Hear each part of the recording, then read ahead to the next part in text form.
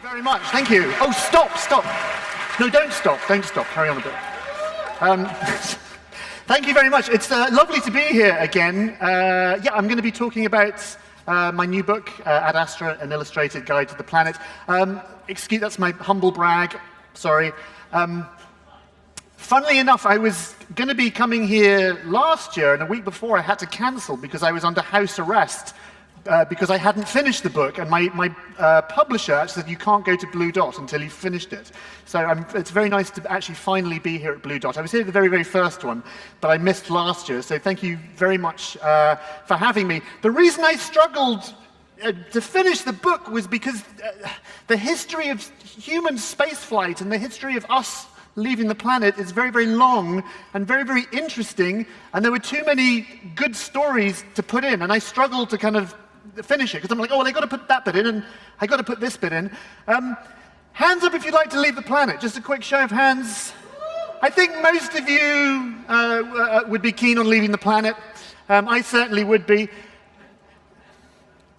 I'm going to start here. This was kind of where the journey of this book began. This is Ron Jones's, who was an engineer in the mid-1980s, his integrated space plan.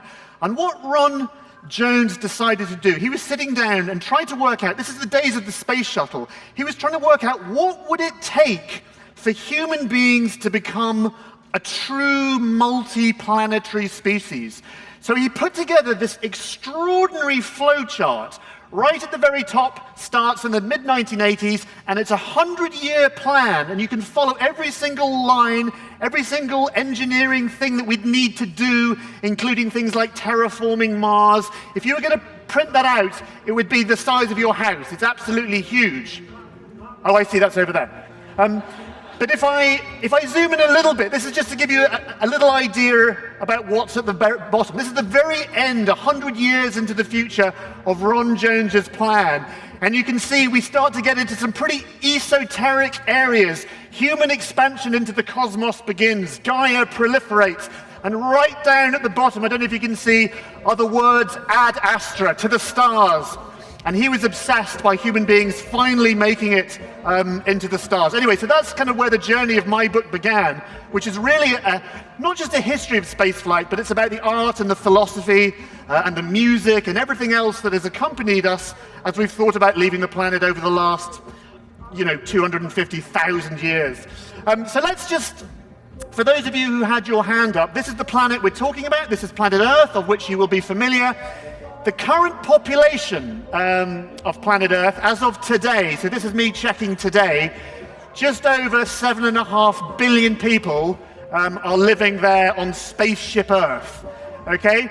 Population in space, as of today, there are 6 people living and working in space on board the International Space Station. If you're interested in how I got that fact, if you go to your iPhone, there is a very nice little app called HowManyPeopleAreThereInSpaceRightNow.com. And you click on that, and there you go, 6. So there you go. So that's how I got that number. You can actually, and if you swipe right, it actually tells you the who's there. Swipe right, is that what you say? I don't know if you can date them. It's not like Tinder. Maybe it is. I don't know. Maybe it is. Anyway, so that's that. So here's a number. Total number of people who have left the planet. How many people do you think have been into space since 1961? Give me a number. I can't hear any of you because it's too noisy. Did someone say 50? Higher than 50. It's 553. 553 people in all the history of humanity, in the however long we've been here on Earth, have actually gone into space. And that's what we call going above the Karman Line, named after Theodor von Karman, the Hungarian physicist. 100 kilometers is the official demarcation of space, where aeronautics ends and astronautics begins. So if you can go above 100 kilometers, you qualify as an astronaut. Reasons to leave the planet. You will have your own reasons to leave the planet. Here are some of my favorite reasons to leave the planet. Giant asteroid impacts, we might need to get off, something like that. Alien invasion's always a favorite reason why we need to get off the planet. That's the kind of thing we may be facing. Climate change, we just heard about that from Dr. Tamsin Edwards. We might need to look for a new Earth because we just totally destroy this one. Some kind of political crisis.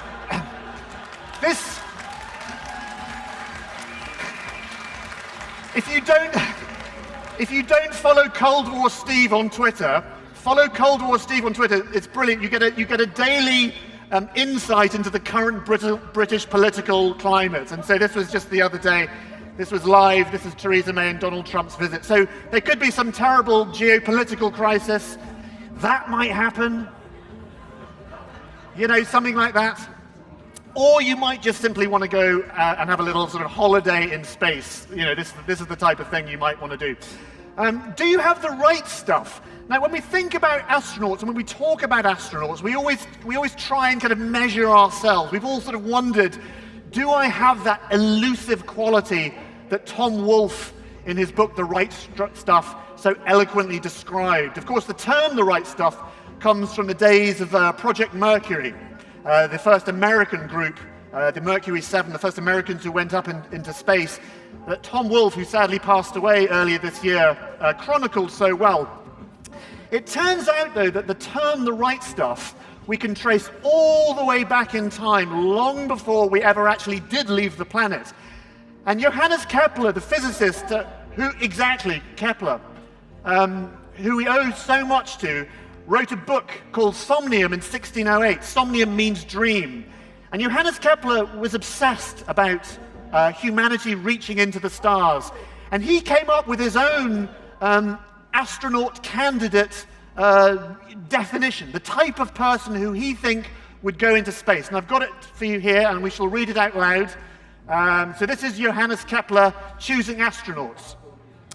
We do not admit desk-bound humans into these ranks, nor the fat, nor the foppish. But we choose those who regularly spend their time hunting with swift horses, or those who voyage in ships to the Indies and are accustomed to living on hard bread, garlic, dried fish, and other abhorrent foods. Yes, exactly. The best adapted for the journey are dried-out old women.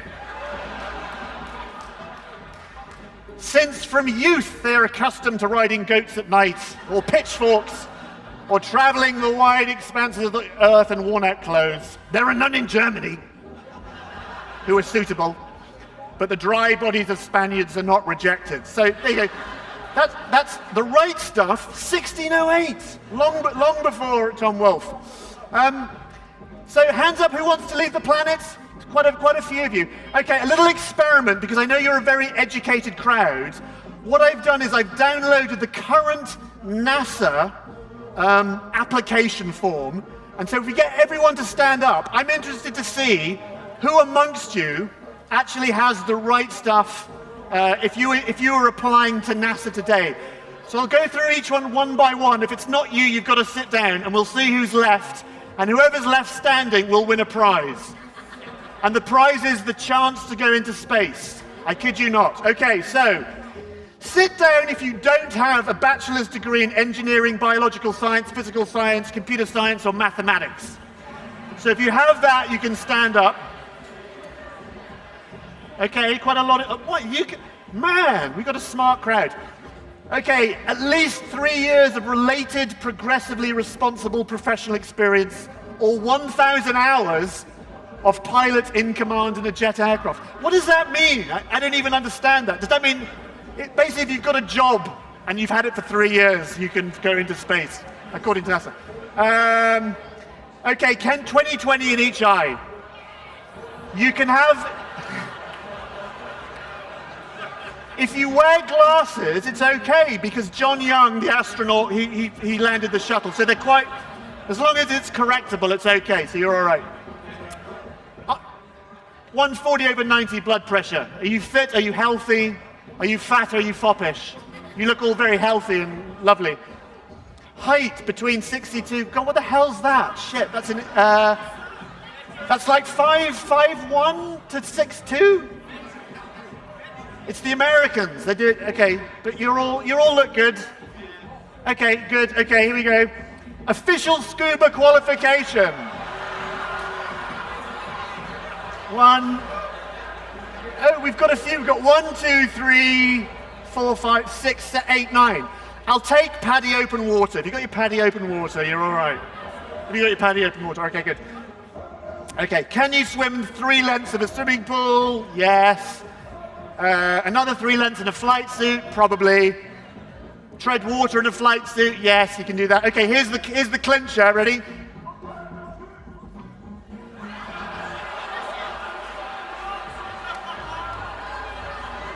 Can you speak Russian? Oh, you're just guessing. Oh, that's no, you can't guess on a NASA application form. Do we have any Russian speakers in today?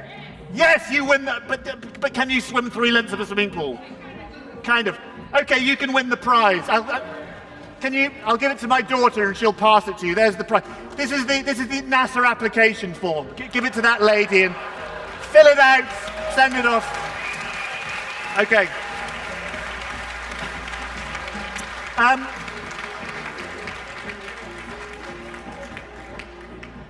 Can you hear me okay? It's kind of crazy. My favorite bit of astronaut training ever is actually the Japanese space agency, JAXA. What they do is, along with all the medical stuff and the things that astronauts do, they have a system whereby they take their astronaut candidates and they lock them up in solitary confinement for 3 days. And they have to, within those 3 days, the astronaut candidates have to make 1,000 origami cranes. And it's a wonderful test of the human character and to see how human beings work under pressure. And so after those 3 days, the astronaut examiner will take those 1,000 cranes and line them up on a piece of string, and they will start at crane number 1 and look to see the craftsmanship. How well has that astronaut made an origami crane? And then work their way all the way through the origami cranes, looking to see if stresses have crept in. Is that crane as good as that one? How is it changed? And it's a really, really wonderful way of seeing how an astronaut candidate actually reacts under pressure. How to get into space? Again, I'm going to go all the way back to the 1600s. This was a very, very popular method of getting into space in 1603. This was actually written by a gentleman, Bishop Francis Godwin, who was an English bishop, who dreamt about, long before we had rockets, dreamt about actually getting a type of goose called ganza. And a bit like James and the Giant Peach, tying strings to the feet of these goose and actually using them to pull you to the moon. So this was a story called L'Homme dans la Lune. And so feather power was very well thought of in the 1600s. Unfortunately, it didn't really work very well. A little bit later on, of course, actually, before we move on to a little bit later, there was a German artist, Agnes Brandis-Meyer, did this wonderful art installation. You must look her up because she's terrific, where she took that story about the goose that flew to the moon and actually bred her own geese. And these are her modern-day moon geese. And you can see each one is named after a famous astronaut. So we've got Neil, Svetlana, Gonzalez. This gentleman here on the cart being pulled up to the moon by gooses is actually a Spaniard. Domingo Gonzalez is his name.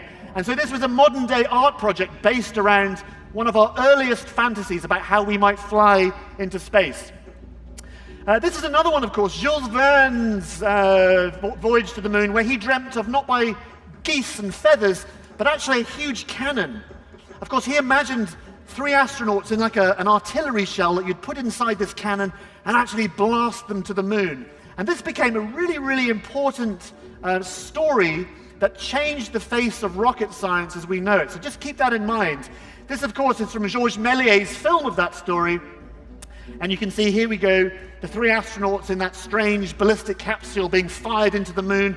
Not only one of the very first science fiction films, but one of the very first films ever made in the beginning of the 20th century.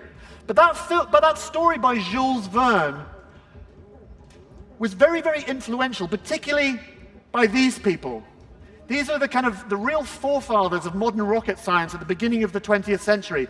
So number 1, Tsiolkovsky, a Russian mathematician, who was so obsessed by Jules Verne's story, he actually memorized it. He knew every single word of it and did the mathematics to try and prove whether it is possible to actually fire people to the moon. And of course, the pressures involved, the forces involved wouldn't let you do that. Number two, of course, we have Robert Goddard, the American early rocket scientist that did a lot of work on rocketry. Number three, of course, the great Sergei Korolev, the Russian Soviet rocket scientists. And of course, 4 and 5, those Hermann Oberth and Wernher von Braun, the German rocket scientists who perfected their work during the Second World War, developing the V2 as a weapon, and of course then went over to America and devised the American rocket program. But all 5 of those people were really, really influenced by that Jules Verne story.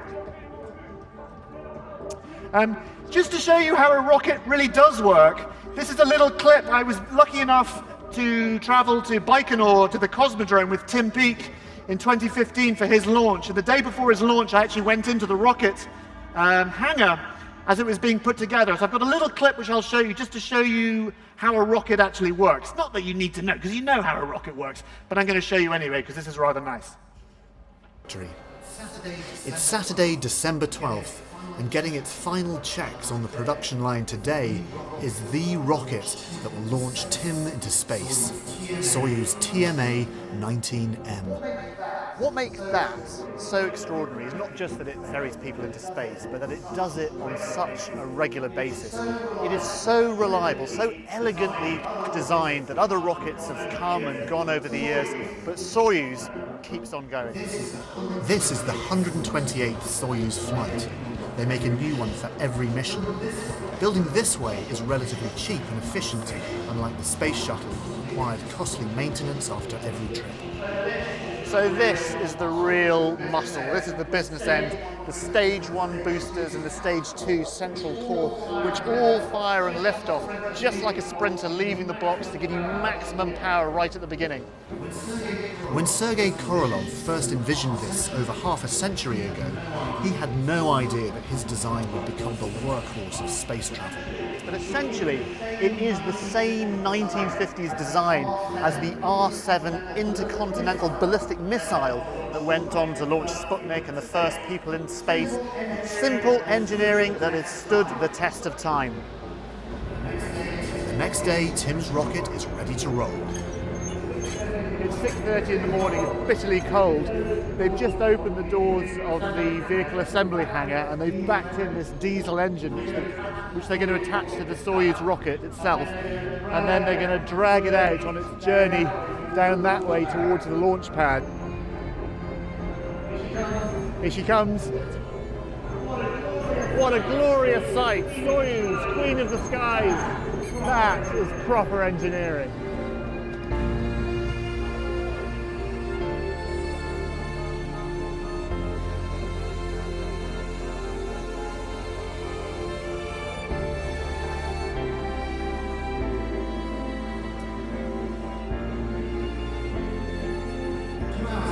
2 hours later, it arrives here at the historic Gagarin Start launch pad. So look at this, the train is now moving away, leaving the rocket there, and it's about to go up into its vertical position.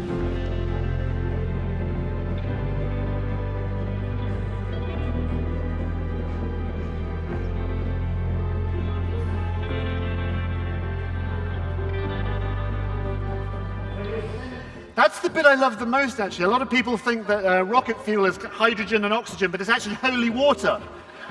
That's the thing that really makes rockets go. One of the things I love about our journey into space is it's so wrapped up in tradition. And the day before launch, the Soyuz rocket and the launch pad, that's the same launch pad that Gagarin went from, and Valentina Tereshkova and Helen Sharman and Tim Peake, and the whole history of spaceflight happened right there. It becomes an altar. It becomes this place of worship where the Russian Orthodox priest blesses the rocket and all the press are blessed and the astronauts are blessed. And it becomes this place of worship. It's a really wonderful thing that kind of reflects the human mind as much as the rocket science itself. For those of you who aren't going to go on Soyuz, if you're planning on buying a ticket to space, this was the very, very first, this is 1968, so 50 years ago, of course, was the launch of 2001: A Space Odyssey. And if you remember at the beginning of 2001: A Space Odyssey, Pan Am, the airline in the film, had this taxi service between the Earth and the Moon.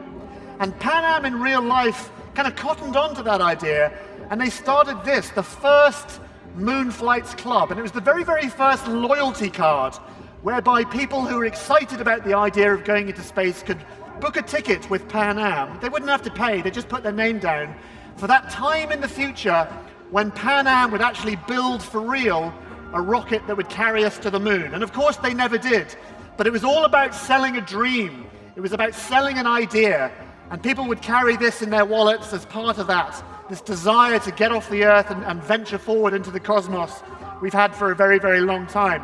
If you want to go Virgin Galactic, obviously not quite up and running yet, but you're looking at about 250,000, I think, for a ticket. Unlike Soyuz, it's not an orbital flight, it's just a suborbital hop, but of course you get your few moments of weightlessness at the top of that parabolic arc, and then you come down. Presumably Richard Branson's waiting for you at the bottom with champagne or something.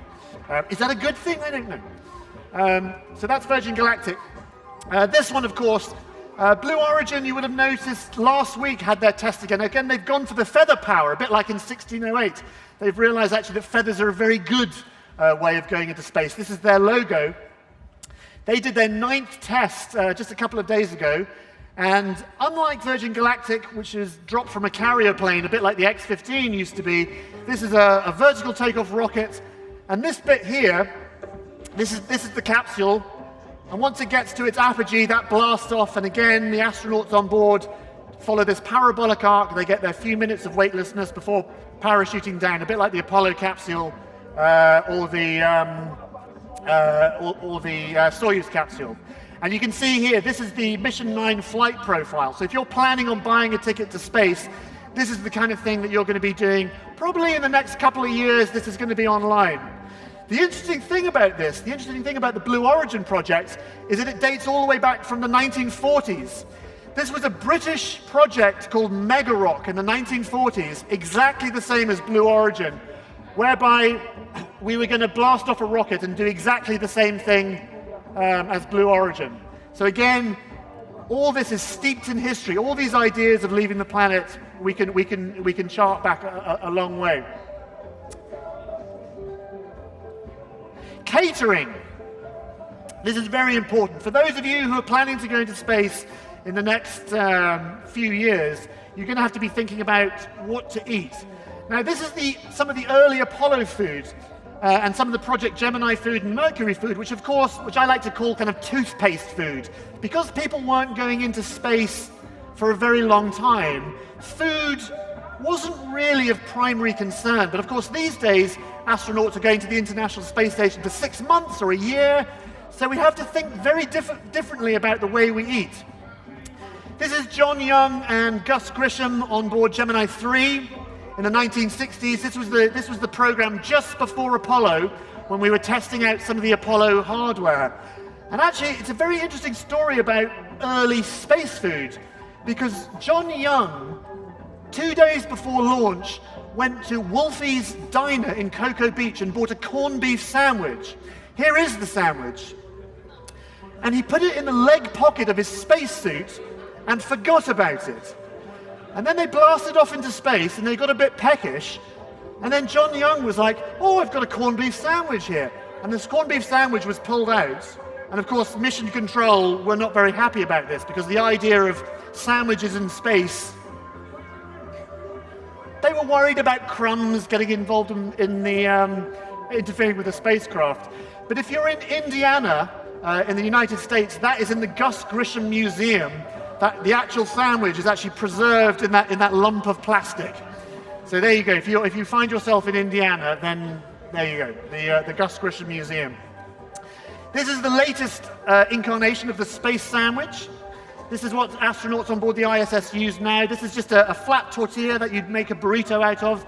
And of course, the great thing about burritos is they don't make crumbs, and you can wrap things up in them. So this is the astronaut Peggy Whitston. They're demonstrating how to make a cheeseburger in space. I got very interested when I was thinking about space food, about who are the people who actually make the food. I brought some with me here. This is, for those of you who remember, Tim Peake did some work with Heston Blumenthal. This is actually a bacon sandwich that Heston made for Tim Peake on the International Space Station. So there you go, that is a real bacon sandwich in there. Although I was looking at the sell-by date and it's out of date. I'd let you open it, but I'd probably get sued or something. Are there any lawyers? No, we might open that up later on and have a little taste. There you go, this is Tim with that very bacon sandwich. The thing about space food now, because people are up there for a long time, it's got very, very chefy. And this is a Danish chef called Torsten Smith has come up with these. These are Space Ferrero Rocher.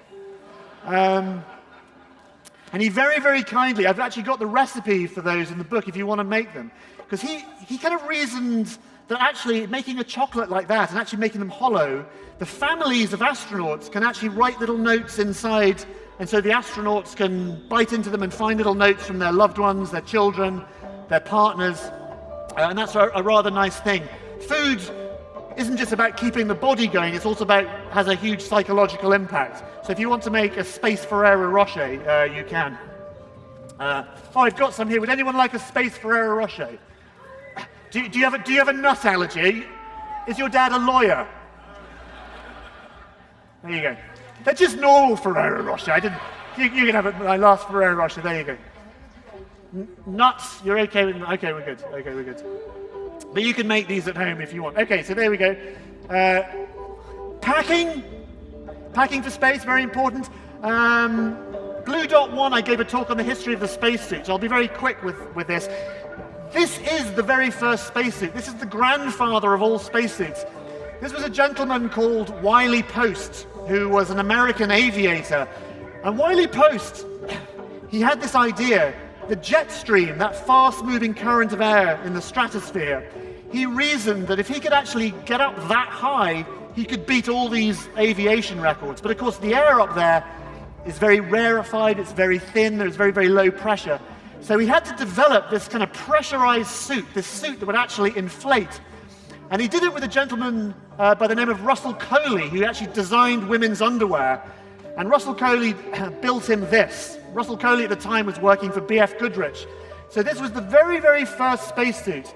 The helmet itself is made of aluminium, and a bit like one of those early Victorian diving suits, it's kind of screwed on with these butterfly screws around this kind of leather collar, and then the actual suit that's inflated is just a kind of rubber, almost like being in a bicycle inner tube.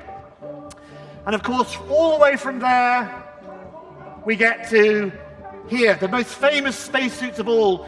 These are the A7L lunar excursion suits built by ILC Dover in Delaware. And these suits were built by, ILC used to be a company called Playtex who made women's underwear. And all the women who worked making bras and girdles and structured women's underwear were brought on by NASA to make these and to hand sew these suits for these astronauts. So this was 49 years ago yesterday, I should say. These are the Apollo 11 crew, Neil Armstrong, Mike Collins, and Buzz Aldrin. The reason I put this picture up specifically is because I want you to look at Mike Collins in the middle. You will notice they're all holding their metal ventilator cases that are actually pumping air throughout the suit. But look at Mike Collins in the middle. You might see here, he's holding a brown paper bag as well as, and for years nobody knew what was in the brown paper bag. But I can reveal to you what was in the brown paper bag. It was a fish, a trout, which he'd caught a couple of days before. He'd been fishing and caught a trout, and so there was a dead fish in his bag, which he was giving to one of his friends, Gunther Wendt, who's the guy who actually closed the door of the Apollo capsule. They were fishing buddies. He thought it'd be funny to give him a trout. So that's Mike Collins with a trout there. There you go. That's your space trivia fact for the day. I've got a little, how am I doing for time? Yeah, we're okay. I've got a little bit of video footage I want to show you. One of the things that makes me a bit sad is the women I was talking about who actually stitched the suit. None of them are around anymore. Sadly, they've all passed away. And there's very, very little footage of them actually working, actually hand sewing the suits themselves. But I managed to track down a little bit of footage which I'd like to show you. It's a really I think, a really important and a very beautiful bit of social history. It's a couple of minutes long, but I hope you enjoy it. It's one of my favorite little clips.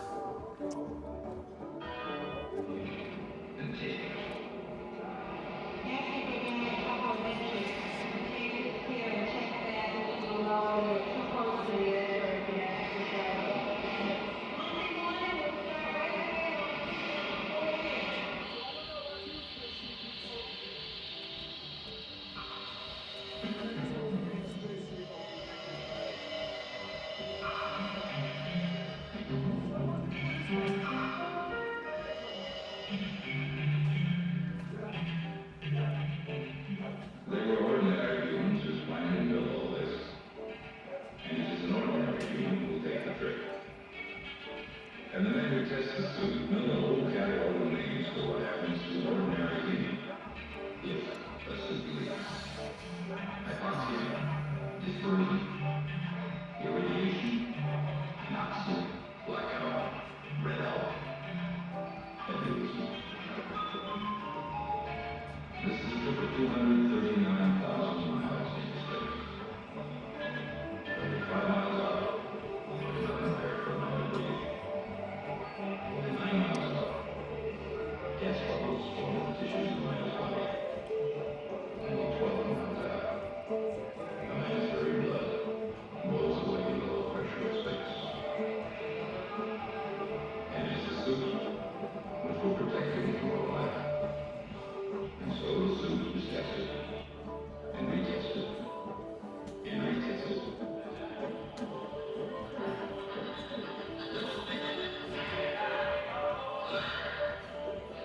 Such a lovely bit of footage that I love it so much. It's one of the areas of, we don't really think about the suits themselves. Things like when we're thinking about Apollo, for example, of course, when you see that picture of Buzz Aldrin on the moon, probably the most famous photograph ever taken in the A7L lunar excursion suit with his arm cocked because he's looking at his checklist there. Of course, you're not looking at a man, you're looking at an engineered object, a crafted object that was made by those women in Delaware all those years ago. It's a really lovely bit of film. Nowadays, if you're looking at dogs, if you're thinking of taking your pet to space, yes, we've got you covered. We can do dog spacesuits. This is an early Soviet dog spacesuit. Cats, if you're a cat person. As of today, only one cat has gone into space, a cat called Félicette in 1961 on board a French-sounding rocket. And this actually isn't Félicette, but this is another one of those cats from the same program with her boyfriend, rats. I don't know what the relationship is, but the rat's called Hector, by the way. They've done a little space suit for Hector as well, but I rather like that. So if you want to take your pet to space, probably my favorite pet in space story is this one. We are, of course, coming up to the 50th anniversary of Apollo 11 next year. This Christmas, December this year, is the 50th anniversary of Apollo 8, the first time we went around the moon. And of course, we took the famous pale blue dot photograph, Earthrise. However, September of that year, 50 years ago this year, the Soviets, in secret, without telling anyone, sent a pair of Russian steppe tortoises around the moon, beating human beings around the moon. And these are those tortoises. And this was the photograph they took. Not the tortoises, but on the camera. Although I don't know. This was the original pale blue dot photograph, taken in September 1968.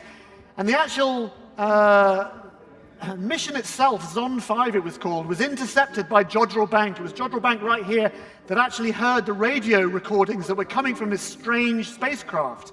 And they didn't know what they were, because what they were hearing was the sound of a woman reading out the recipe for borscht soup that was on a tape loop that was being recorded around and round and sent around the moon with these two tortoises. It's a very, very strange story. But again, in the history of the space race, it was the tortoise that beat the hare. Literally, the tortoise got to the moon before human beings did. And this was the Zond 5 picture taken in September 1968. Anyway, back to astronauts. For those of you who are planning to go into space, This is the current spacesuit that you would need to take with you. This is the Sokol spacesuit. It's a Russian-made spacesuit designed, of course, for the Soyuz spacecraft. And you can see here, this is Tim Peake, Yuri Malenchenko, and Tim Kopra, all suited up. And again, just like Wiley Post's inflatable suit, this is the suits all laid out here. You can see they are designed to inflate, to take that air pressure with you. And these suits are made by a company in Russia called Zvezda. And of course, they cost tens of thousands of dollars. If you're planning on going into space, packing it's quite a difficult thing because it is so expensive. However, how long do I have? I've got a couple of minutes. Can I borrow my daughter? Anna, can I borrow you for a second? I've come well packed.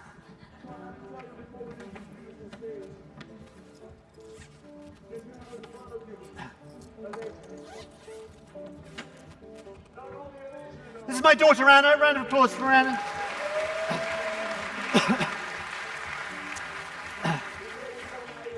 Very luckily, I've actually brought one with you. This is a real spacesuit, which I've brought. Anna, can you come here and just hold the arm? Because I want to... If you support it here, that's it. So this is the suit exactly as it would be here. And I just want to show you just how beautiful and wonderful kind of Russian engineering is. If you open the suit up here, this is how the astronauts climb inside. You have this rubber pressure bladder that you climb in, a bit like a sleeping bag here. And of course, the way you seal this is very, very interesting. You know, if this was designed by Apple or somebody like that, it would be an absolute nightmare and it wouldn't work. And you'd have to download a special thing and the thing wouldn't work and it would be awful. But the Russians are much cleverer than Apple. So what they've done is they've got this pressure bladder and this gets folded up like this in a kind of concertina. And once it's folded up like that, you can now inflate the suit and the suit will be rigid just like that. But you need to fasten this with something. And the Russians have come up with this wonderful tool, this wonderful bit of equipment that fastens spacesuits. And it's called this. It's called a rubber band. That's the rubber. Yeah, you can clap for the rubber band because the rubber band is the single most important thing you need to take with you if you're planning a trip to space. And of course, the rubber band goes on like that. And that's all nice and sealed. You can now inflate the suit. There you go. Thank you very much. You can return now. Thank you very much. Thank you, Anna.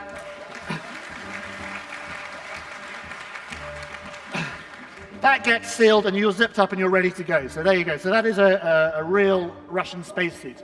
How long do I have? Am I okay for time? I've got 7 minutes. Okay. I thought I might end with a little story. Actually, can I do a story over the top of this? Okay. I mean, as much as this book is about a history of space travel and a guide to going into space, it is the most impractical guide ever written. It's in no ways is in any way useful to you, but it's as much about how we've dreamt to go into space. And there's lots of contributions in here, not just from astronauts, but from writers and people connected with that world. And when I was a kid, there was an American writer who some of you might know called James Thurber. James Thurber was a humorist who used to write for The New Yorker in the 1940s, 1950s. And there was a beautiful little short story that he wrote. It's not even a short story, it's just a couple of paragraphs.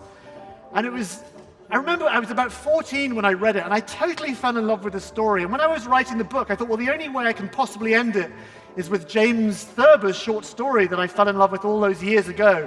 And eventually I managed to get in touch with his agent and got in touch with his widow, or his daughter actually, and she very kindly let me reprint it in here. So I thought I'd read it to you, and then we'll end it. I've got it up here for you, so here it is. It's called The Moth and the Star, and I thought it would be a good place to end. Here we go. It actually works quite well with this kind of music. It's good. A young and impressionable moth once set his heart on a certain star. He told his mother about this, and she counseled him to set his heart on a bridge lamp instead. Stars aren't the thing to hang around, she said. Lamps are the thing to hang around. You get somewhere that way, said the moth's father. You don't get anywhere chasing stars. But the moth would not heed the word of either parent. Every evening at dusk, when the star came out, he would start flying toward it, And every morning at dawn, he'd crawl back home, worn out with his vain endeavor. One day, his father said to him, "You haven't burnt a wing in months, boy, and it looks to me as if you're never going to. All your brothers have been badly burnt flying around street lamps, and all your sisters have been terribly singed flying around house lamps. Come on now, get out of here and get yourself scorched. A big strapping moth like you without a mark on him." The moth left his father's house, but he would not fly around street lamps, and he would not fly around house lamps. He went right on trying to reach the star, which is 4 1/3 light years, or 25 trillion miles away. The moth thought it was just caught in the top branches of an elm. He never did reach the star, but he went right on trying, night after night, and when he was a very old moth, he began to think he really had reached the star, and he went around telling people so. This gave him a deep and lasting pleasure, and he lived to a great old age. His parents and his brothers and sisters had all been burnt to death when they were quite young. The moral of the story: who flies afar from the sphere of our sorrow is here today and here tomorrow. Thank you very much indeed.